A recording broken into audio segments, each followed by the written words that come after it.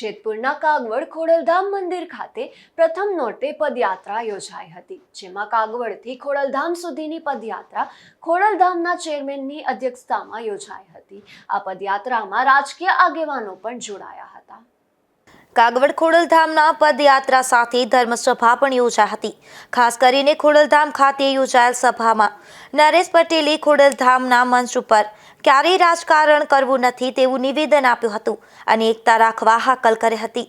તેમજ 2027માં દ્વિસપ્તાહપદી મહોત્સવના આયોજન અંગે જાહેરાત કરી હતી, જે કાર્યક્રમ 3 થી 5 દિવસ સુધીનો રહેશે।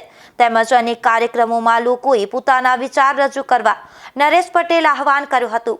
આ પદયાત્રામાં લોકો જોડાયા હતા। પવિત્ર પરિસરમાં આજે સતત 15મા વર્ષે મા ખોડલની પદયાત્રા અહીંયા પહોંચી છે। પ્રથમ નોરતે માના ચરણોમાં આશીર્વાદ લેવા આજે આખા ગુજરાતમાંથી લેવા પટેલ સમાજના બહેનો અને ભાઈઓ જોડાયા છે, તે બદલ સૌને મારા અભિનંદન। આ પવિત્ર દિવસે આજે મા ખોડલને પ્રાર્થના કરું છું કે સમગ્ર વિશ્વમાં શાંતિ સ્થાપે અને સૌનું સારું કરે, એવી મા ખોડલના ચરણોમાં પ્રાર્થના। આજે અઠવાડિયા પહેલાં ટ્રસ્ટ મંડળની અંદર એવો નિર્ણય લેવાનો છે કે 21/1/2027માં દશાબ્દી મહોત્સવ આપવો। એમાં મહાયજ્ઞનું આયોજન કરવું।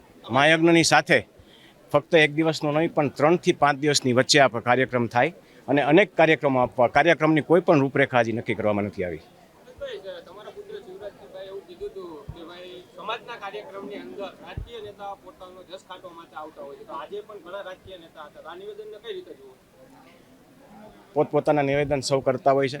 એમાં મારો પુત્ર હોય કે મારો ભાઈ હોય, એની સાથે કોઈ સંકલન અત્યારે આપ ન કરો।